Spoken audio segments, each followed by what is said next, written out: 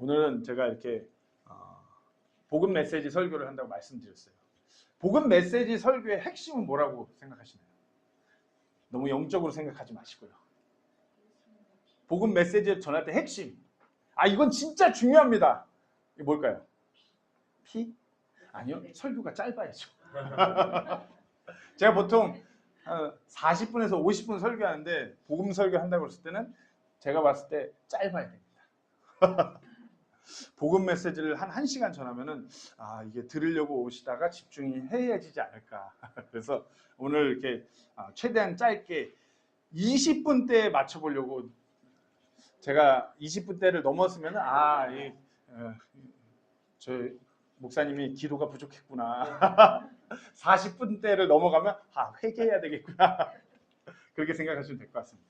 자, 설교 질문이 예수님은 누구실까요? 우리가 삶을 살아갈 때 우리는 늘 질문을 수도 없이 계속해요. 질문의 연속이에요. 여기 오실 때도 아마 이렇게 우리 형택 형제나 여기 가족 데리고 올 때 거기가 주소가 어딘지, 택시는 어떻게 잡아야 되는지 계속 질문해요. 예배는 몇 시에 시작하는지, 몇 시까지 가야 되는지. 그리고 이제 한국 사람들은 그 중요한 육하 원칙이 있잖아요. 어디서, 언제, 어디서, 무엇을, 어떻게, 왜. 계속 질문해요. 이 질문을 통해서 세상이 돌아가고 이 질문을 통해서 세상이 발전해 왔어요. 우리는 지금도 질문을 해요. 사업을 할 때도, 육아를 할 때도, 회사 생활을 할 때도. 어떻게 보면 저는 아직도 제가 농구공 던질 때 스스로 질문해요. 어떻게 하면 볼이 잘 들어갈까? 어떻게 하면 살이 잘 빠질 수 있을까? 질문해요. 그리고 이 질문을 통해서 우리 스스로는 많은 걸 배우고 우리 자신들을 발전시키기도 하고 이 사회가 발전하기도 해요. 요즘에 좀 사담이긴 한데 하지만 이 질문을 하고 답을 얻는 과정이 너무 편리한 세상에 이르러서 사람이 점점 뇌가 바보가 된다는 통계도 있어요. 실질적으로 이 뇌 쪽의 학자들이 이것을 통계를 냈을 때 너무 많은 인터넷 매체를 통해서 질문을 하고 그것에 답을 얻은 사람과 조금 더디고 어렵지만 질문을 하고 스스로 어떤 책이나 아니면 누군가를 통해서 그 답을 얻으려고 하는 사람이 답은 부정확하겠지만 실질적으로 이 부정확한 사람들이 어떤 문제 해결 능력이나 그 답대로 삶을 살아가는 능력이 훨씬 더 높다고 해요. 그러니까 우리가 어떤 질문을 함에 있어서 챗 GPT한테 질문하면 답을 빠르게 알려주잖아요. 근데 답은 맞아요.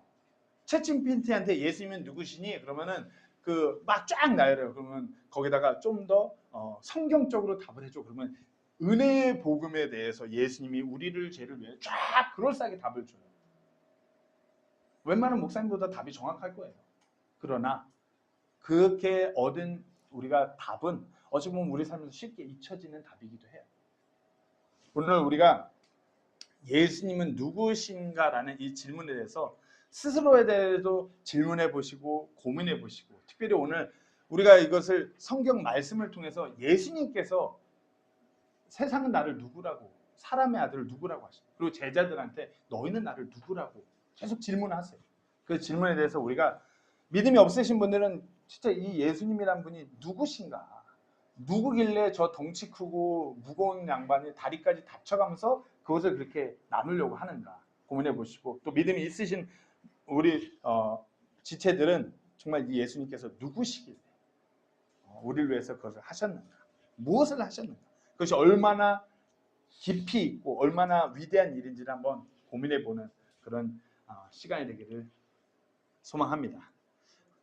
자, 여기서 넌센스 퀴즈를 하나 드리겠습니다. 수능을 포기한 사람을 줄여서 뭐라고 그럴까요? 수포자.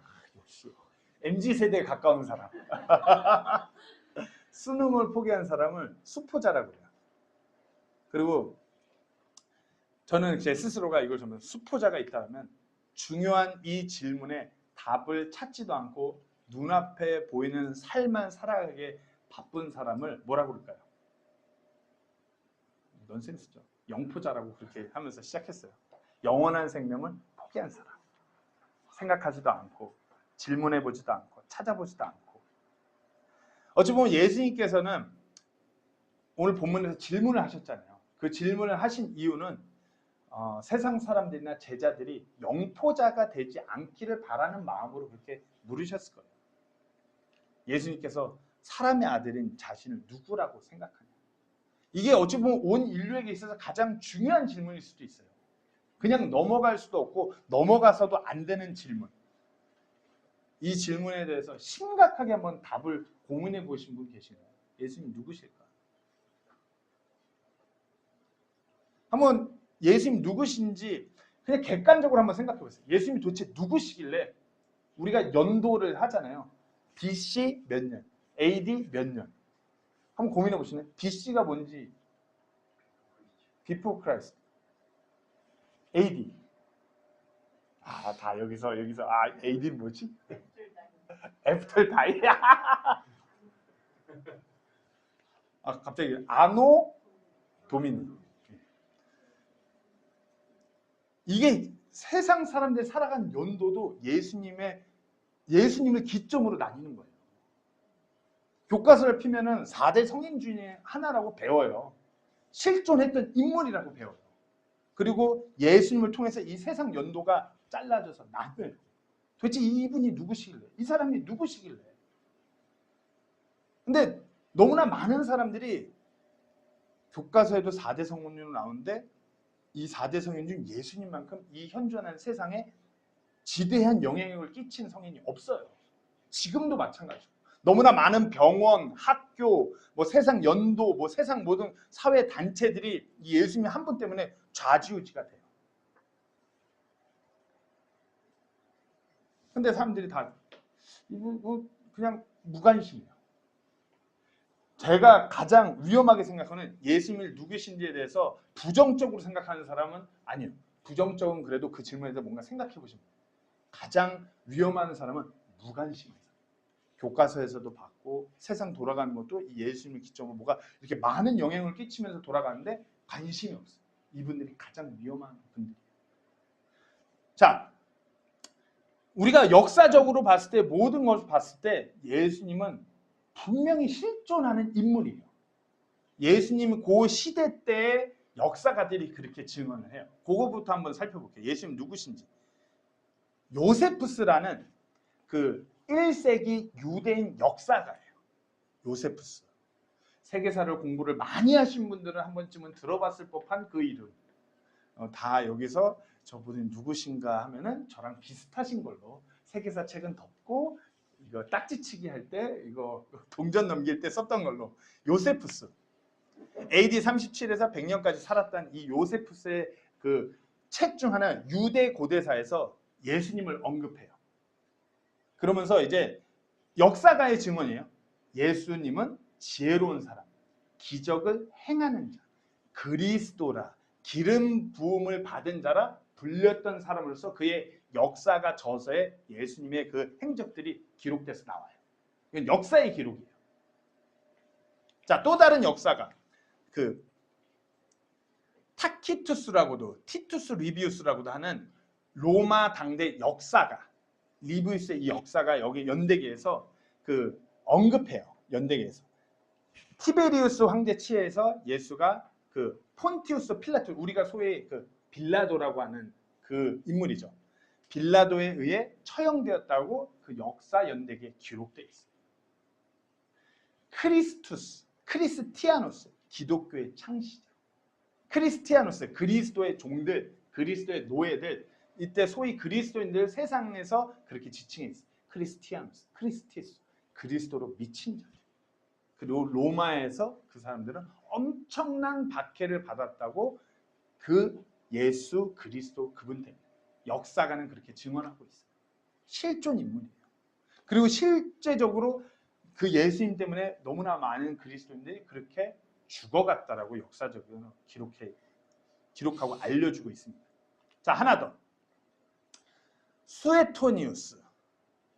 사진 구하기가 힘들었고 이렇게 했습니다. 로마의 역사가예요, 이 사람도. 근데 이 사람은 그의 저서에서 그 로마 황제들의 생애라는 그의 저서에서 그 클라우디우스 황제가 크레스투스 인한 그 폭동 진압을 언급했다. 즉 그 크리스투스, 즉 그리스도인들의 그 폭동을 진압했다라고 언급해요. 거기서 이제 예수님께서 존재했더라고. 예수님의 영향으로 인해 이 로마의 문제가 발생했다라고 그렇게 기록해놨어요. 즉 다시 말해서 그때 당시 역사가들은 이 예수님에 대해서 생생하게 기록을 하고 있어요. 실존했던 인물이었고 이 로마의 이 세상에 엄청난 영향력을 끼쳤던 그 사람으로 예수님을 기억하고 있어요. 세상의 역사가들이 어느 목사가 아니라 어느 이때 뭐 초대교회 사도들이 아니라 세상 역사가들이 지금 한번 생각해봐요. 예수님 누구일까? 누구일길래 이 세상 역사가들도 엄청난 영향력을 끼쳤다고 그들이 연대기에 그렇게 기록해 놓을까? 혹시 예수님이 존재하지 않았다고 이렇게 반박하고 싶은 분들은 어디 국회 도서관이나 어디 리서치를 그 구글 챗 GPT한테 물어봐서라도 어떤 자료를 한번 갖고 오시면 됩니다. 저는 꼭 이렇게 예수님이 실존 인물이 아니라고 반박하고 싶으면 그걸 공부해 보셔도 되고요. 예수님께서 하신 그 모든 행적들이 아니라고 반박할 때 그 자료들을 찾아서 공부해 보시기를 권해드려요. 그 이유는 나중에 이어서 말씀드리겠습니다. 자, 예수님께서 실존했던 이 예수님께서 물으셨어요. 오늘 본문 13절에 예수님께서 가이사랴 빌립보 지방으로 들어가셨을 때 자기 제자들에게 물어 이르시되 사람들이 나 곧 사람의 아들을 누구라고 해요? 가이사랴 빌립보 지방으로 들어갈 때 이 그 소위 뭐 지옥의 문이라고 불리는 우상 숭배의 그런 묘비 같은 게 있는 그 지역에서 예수님께서 제자들에게 물으십니다. 세상에 그런 많은 신들이 있는데 그 신들을 앞에 놓고서 예수님께서 세상 사람들은 사람의 아들, 뭐 개역개정성의 인자라고 하죠. 인자, 사람의 아들. 그러니까 사람으로 오신 그 예수님, 본인 자신을 지칭하실 때 늘 예수님께서는 사람의 아들이라. 하나님이신 자신은 사람의 아들은 나를 누구라고 하냐 이렇게 물으신 거예요. 한번 이 상황을 그려보세요. 제자들에게 예수님께서 나를 누구라고 하냐? 세상 사람들이 나를 누구라고 하냐? 상황이 잘 안 그러시면 제가 여기서 갑자기 형제님들한테 형제님들 한인 사람들을 저를 누구라고 하나요? 저를 어떻게 생각하냐? 물으시면 뭐라고 대답할 것 같으세요? 아마 그러겠죠. 목사님은 그 한인 사회에서 농구하는 목사님으로 통하십니다. 실제로 그렇게 통하기도 하고요. 아니면은 뭐 목사님 깡패 이미지로 통하십니다. 이 이미지는 좀 벗은 것 같아요. 그래서 삭발하고 다닐 때 생긴 이미지. 그 농구하는 목사. 제가 그 팬데믹 때 그 이발을 못해갖고 삭발을 하고서 형제님들이랑 성경 공부가 카페에서 모였다가 그 깡패 목사 타이틀이 붙었어요. 뭐 제가 물으면은 뭐 그렇게 말할 수도 있겠죠. 아니면은 뭐 그런 이미지의 목회자로 누가 그렇게 뭐 하고 아니면 형제님들 솔직히 목회자로서 제 이미지가 어떻습니까? 그러면 목사님 목사보단 먹사에 가까운 거 아닌가요? 그렇게 답할 수도 있고. 예수님께서는 근데 우리가 그 자리에서 이렇게 묻고 답하고 이런 자리에서 이런 뭐 웃자고 이렇게 물으신 게 아니에요. 예수님께서는 정말 어마어마한 그분의 그런 목적 아래서 그것을 물으신 것이에요. 뭐 자신을 치켜 세우고자 물으신 것도 아니고요. 믿음이 없는 자들에게 아니면 믿음이 있는 자들에게 예수님께서 이것을 물으셨을 때 의도하신 바가 있었어요. 가장 중요한 진리를 가르쳐 주시기 위해서.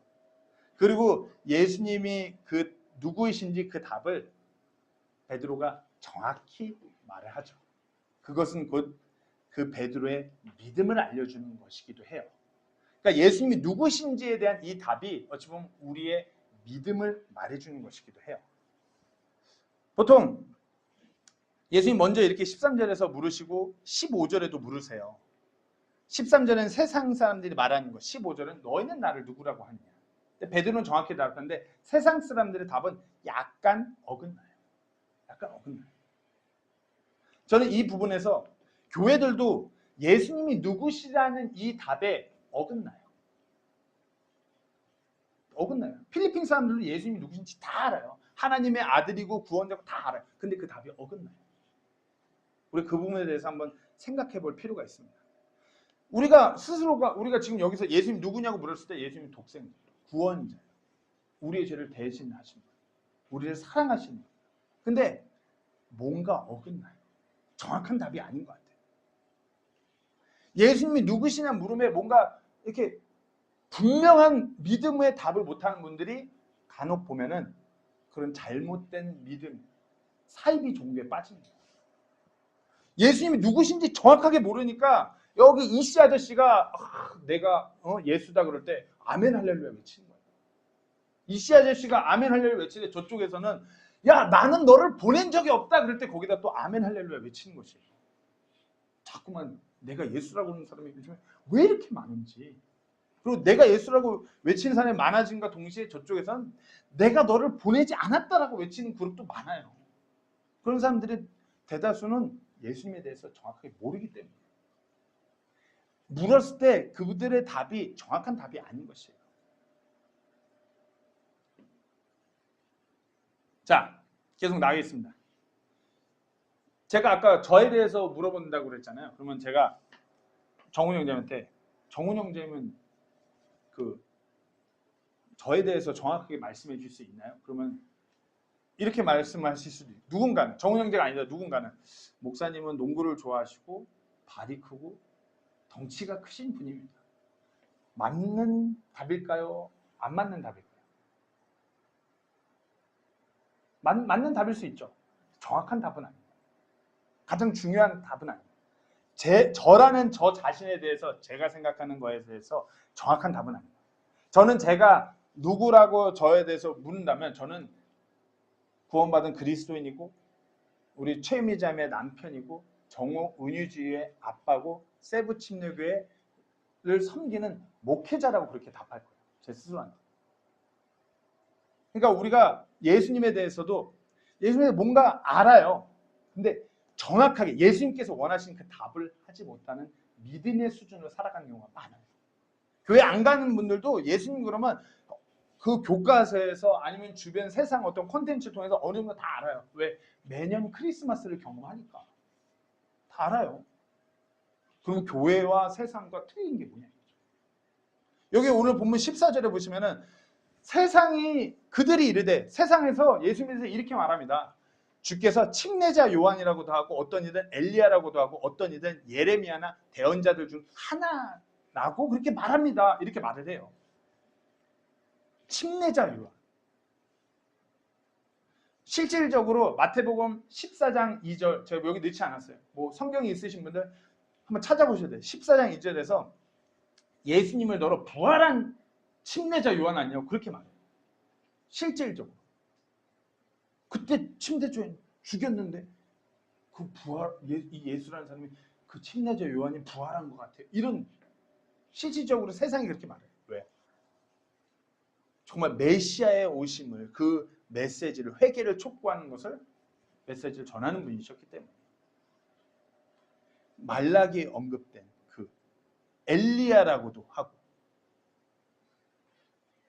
근데 이제 우리가 성경을 읽어보면은 침례자 요한이 말라기에 언급된 다시 올 엘리야라고 그렇게 풀어져 있어요. 그리고 이제 예레미야 담대하게 그 어려운 상황 속에서 눈물을 흘리면서 긍휼히 여기는 마음으로 메시지를 전했던 그 하나님의 대언자 예레미야. 세상에서도 이렇게 말한 거예요. 세상에서 믿음이 없는 사람들이 어느 정도 맞잖아요. 예수님의 존재에 대해서 의심의 여지가 없고 예수님께서 진짜 대단한 하나님의 그런 대언자라고 세상에서도 그렇게 말을 한 거예요. 그러나 예수님의 이 물으심의 이 대답은 정답이 아니에요. 오답이에요. 예수님에 대해서 모르는 사람, 믿음이 없었던 사람. 우리가 믿음 없는 사람, 예수님에 대해서 모르는 사람에 대해서는 결단코 안 되는 것이에요. 관심 없는 사람에 대해서 안 되고. 예수님에 대해서 이 사람은 근데 가짜야. 이거 아니야. 허구야. 그런 분들은 꼭 그것에 대해서 공부를 하고 연구를 해보시라고 추천드립니다. 저는 무관심한 게 문제지 반박하는 사람은 문제라고 생각하지 않아요. 대신 반박하신 분들은 꼭 공부를 해보세요. 연구를 해보세요. 리서치를 해보세요.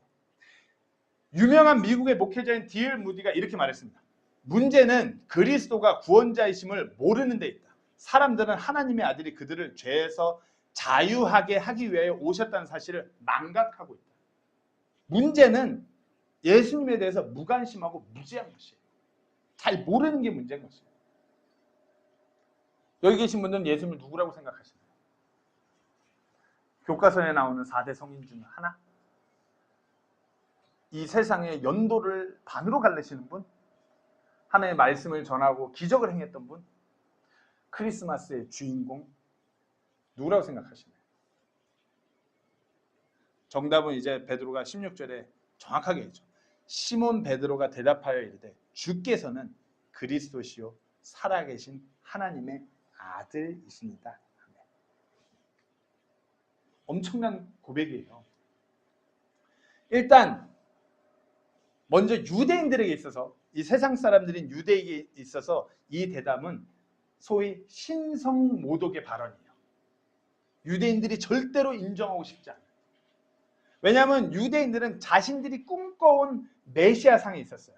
우리 민족을 회복시켜서 다시 한번 이 로마 제국 짓밟아버리고 통치하게 할 수 있는 강력한 메시아. 근데 예수님은 그런 캐릭터가 아니셨거든요. 우리 예성이 같은 애들 오는 걸 너무 좋아하시고, 이 애들 나한테 오는 거 막지 마, 막 이러면서 세리들하고 창녀들하고 식사하시고 뭐 이런 이미지, 이게 아닌데, 뭔가 권위가 있고 이래야 되는데, 그러니까 유대인들은 아니라고 했죠. 그러니까 예수님께서 하나님의 아들이라는 이 표현, 이거에 대해서 신성모독이라고 들고 일어나요. 왜? 유대 문화에서 아들과 아버지는 동등한 권위를 가진 사람이에요. 하나님의 아들이라는 건 예수님께서 하나님이라는 표현이에요. 주께서는 그리스도 구약 말씀에 예언된 기름 부음을 받은 오실 메시아하고 살아계신 하나님의 아들, 즉 살아있는 하나님이라고 고백하는 것이에요. 유대인들에게는 이것이, 이런 말을 예수님 외에 다른 사람이 하면 무조건 죽이는, 예수님도 결국에는 이 신성모독으로 막 유대인들로부터 계속 문제가 일으켜졌어요. 유대인들에게 있어서 이 정답은 유대인들에게 오답이에요. 절대로 인정하고 싶지 않은 그 답. 왜? 자신들의, 특히 종교 지도자들에게 있어서는 이 답이 자신들의 종교적인 기득권을 다 풀어헤치기 때문에, 저분이 메시아면 우리가 지금 로마 황제에게 이렇게 하면서 종교적으로 취하는 모든 기득권들을 내려놔야 돼요. 그러니까 계속해서 유대인들은 정답을 알면서 오답을 택한 것이에요. 예수님께서 하나님의 아들인 것 같아요. 진짜 하나님인 것 같아요. 근데 그들은 그것을 거부한 것이에요. 요한복음 10장 36절 말씀에 내가 나는 하나님의 아들이라 하고 말하였다고 해서 아버지께서 거룩히 구별하사 세상에 보내신 자에 대해 너희가 말하기를 네가 신성모독한다 하느냐. 그러니까 예수님께서 내가 하나님의 아들이라니까 유대인들은 넌 신성모독하는 거야. 네가 어떻게 하나님이야. 예수님의 정체는 하나님의 아들, 살아계신 하나님이세요. 아들 하나님이세요. 근데 세상은 그것을 거부하는 것이에요. 철저하게. 우리가 반드시 알아야 되는 예수님이 누구신가에 대한 답은 살아계신 아들 하나님이에요. 이것이 복음의 핵심이에요.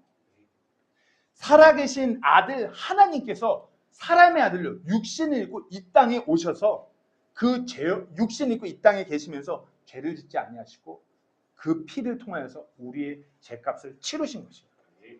이것이 복음의 핵심이에요.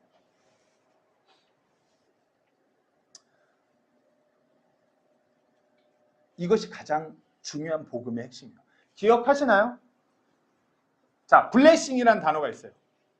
복, 축복, 블레싱. 이거하고 어원이 같은 영어 단어가 하나 더 있다고 기억하시나요? 예전에 제가 설교 때 했었는데 또 목사님 왜 이러시나. 이전 것은 지나갔으니 보라 새 것이 되었다던데 왜 이전 것을 자꾸 얘기하시나. 블레싱과 어원이 같은 단어가 있어요. 블리딩이에요. 블리딩. 피. 그래서 영어가 이런 어원들을 보면은 참 기독교적인 요소가 많이 들어있는 게 블레싱, 축복. 가장 진짜 축복은 피예요. 그렇죠? 주님께서 그 피로 우리의 죄값을 치르신 것이 우리에게 있어서 가장 큰 축복인 것이에요. 그 복음의 핵심에는 살아계신 주 하나님의 아들이신 예수 그리스도가 핵심인 것이에요. 본문 17절에 예수님께서 그에게 응답하이르되 바요나 시몬아 네가 복이 있도다. 살과 피가 그것을 내게 계시하지 아니하였고 하늘에 계신 내 아버지께서 하셨느니라. 여기서 뭐라고요? 이 믿음의 고백을 한 베드로에게 뭐라고요? 네가 복이 있도다. blessed. 복이 있도다. 왜 복이 있죠? 그 피를 통한 구원받는 믿음이 베드로에게 있는 것이에요. 위대한 진리를 밝게 하는 베드로는 예수님이 누구이신지, 예수님께서 우리의 죄값을 치실 그 피가 어떤 피인지를 아는 믿음인 것이에요. 그러니까 복이 있는 것이에요. 예수님께서 우리의 죄값으로 치르신 그 피를 믿는 믿음이 가장 복이 있는 것이에요. 그 어떤 것도 비교할 수 없는, 우리가 그것을 가장 좋은 소식, 복음이라고, 굿뉴스 그렇게 말을 합니다. 예수님이 누구이신지를 아는 것, 그것을 알아야지 그분께서 흘리신 피가 어떤 의미로 우리에게 다가온지를 알 수 있는 것이에요. 그것은 영원한 생명, 영존한 생명, 그것을 우리에게 선물로 주시는 것이에요. 요한복음 20장 31절에 이렇게 기록되어 있습니다. 이것들을 내가 기록함은 예수님께서 하나님의 아들 그리스도이심을 너희가 믿게 하려 하며 또 믿고 그분의 이름을 통해 생명을 얻게 하려 함이니라. 예수님께서 하나님의 아들 그리스도이심을 너희가 믿게 하기 위해서 그것을 말하신 거예요. 세상은 이것을 신송모독이라 하고 세상은 이것을 막 손가락질하면서 이것은 아니라고 하는 그것이 세상 사람들에게는 가장 큰 축복, 영원한 생명을 가져다 주는 것이에요. 예수님께서 하나님의 아들이시기 때문에. 설교를 마무리하려고 합니다. 이 영화 아시나요? 벤허. 지금 요즘은 그 인터넷 유튜브나 막 케이블 TV가 원체 많아서 뭐 넷플릭스 많아서 그렇지 못겠지만 이제 예성이나 정호는 모를 거예요. 그러나 이제 이거를 알면은 이제 절대 NG가 아닌 거예요. 크리스마스 때 되면은 24일 저녁에 꼭 TV에서 KBS랑 MBC에서 꼭 했던 영화 벤허. 막 전차 타고 막 빨간 망토 휘두르면서 벤허. 제가 왜 이 영화를 끄집어 내왔을까요?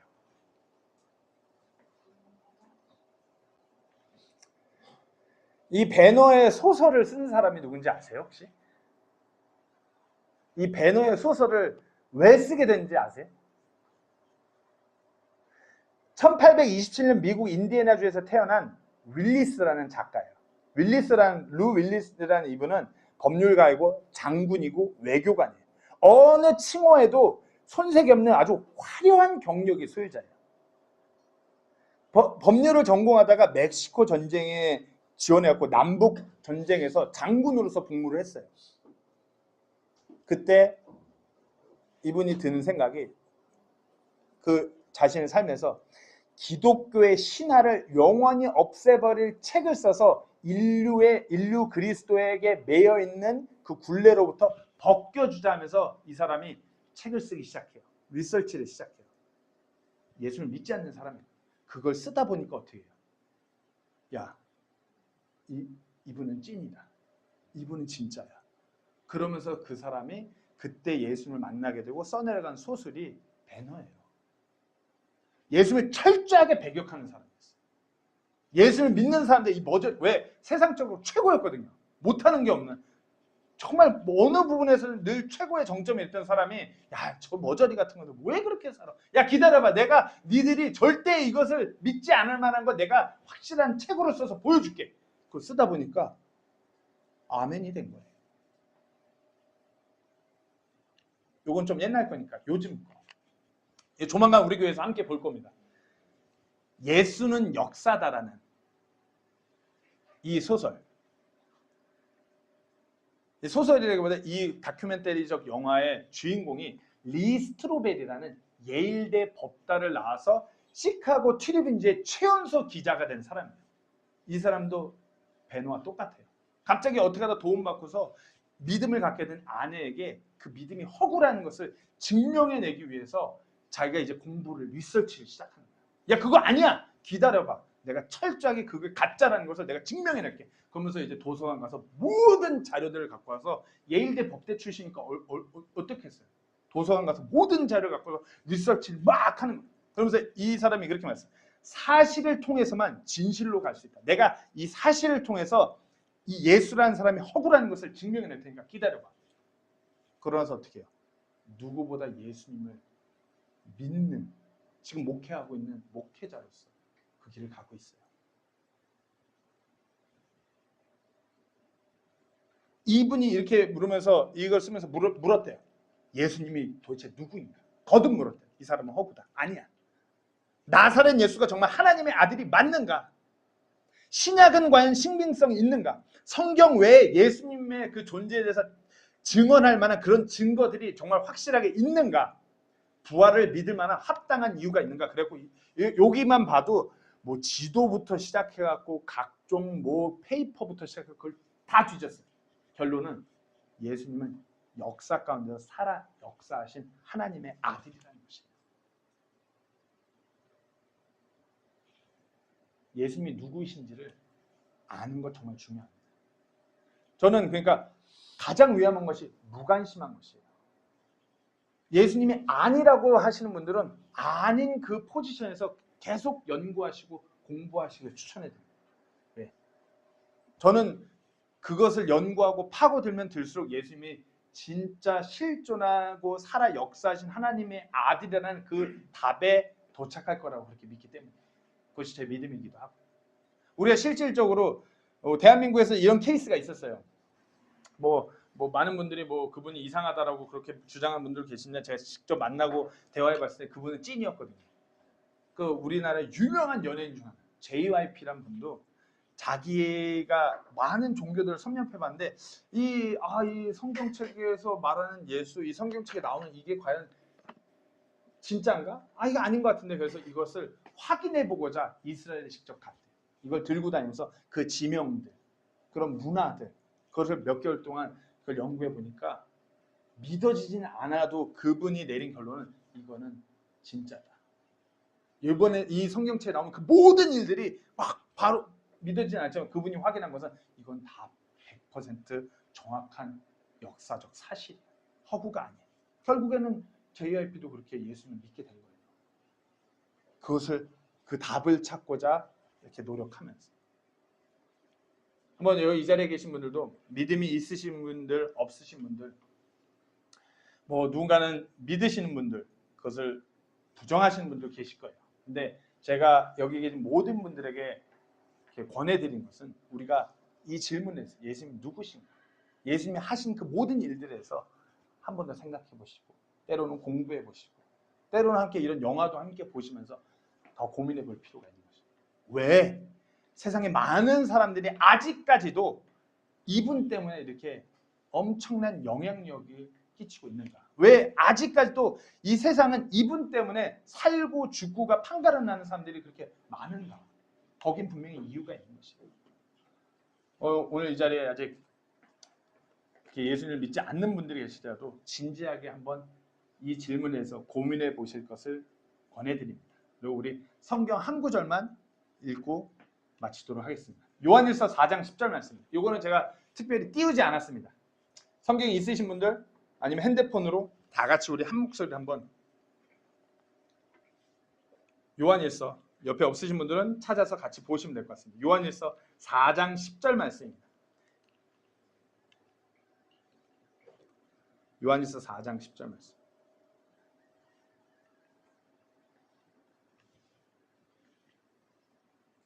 요한일서 4장 10절 말씀 우리 다 같이 한 목소리 읽겠습니다. 시작. 우리가 하나님을 사랑한 것이 아니라 그분께서 우리를 사랑하사 자신의 아들을 보내셔서 우리의 죄들로 인한 화해 헌물이 되게 하신 것, 여기에 사랑이 있느니라. 아멘. 뭐라고요? 우리가 하나님을 사랑한 것이 아니라 그분께서 우리를 사랑하사 자신의 아들을 보내셔서 우리 죄들로 인한 화해 헌물이 되게 하신 것, 여기에 사랑이 있다.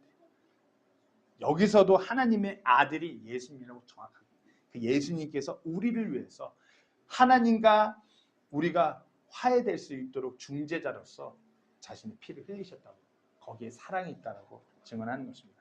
꼭 우리가 이 사랑을 기억하시고 이 사랑을 베푸신 이 예수님에 대해서 늘 기억하고 또 그분을 모르는 사람들에게 반박하는 분들에게 또 이분에 대해서 우리의 소망을 잘 전할 수 있는 우리 모두가 되기를 간절히 소망합니다. 기도하고 마치겠습니다.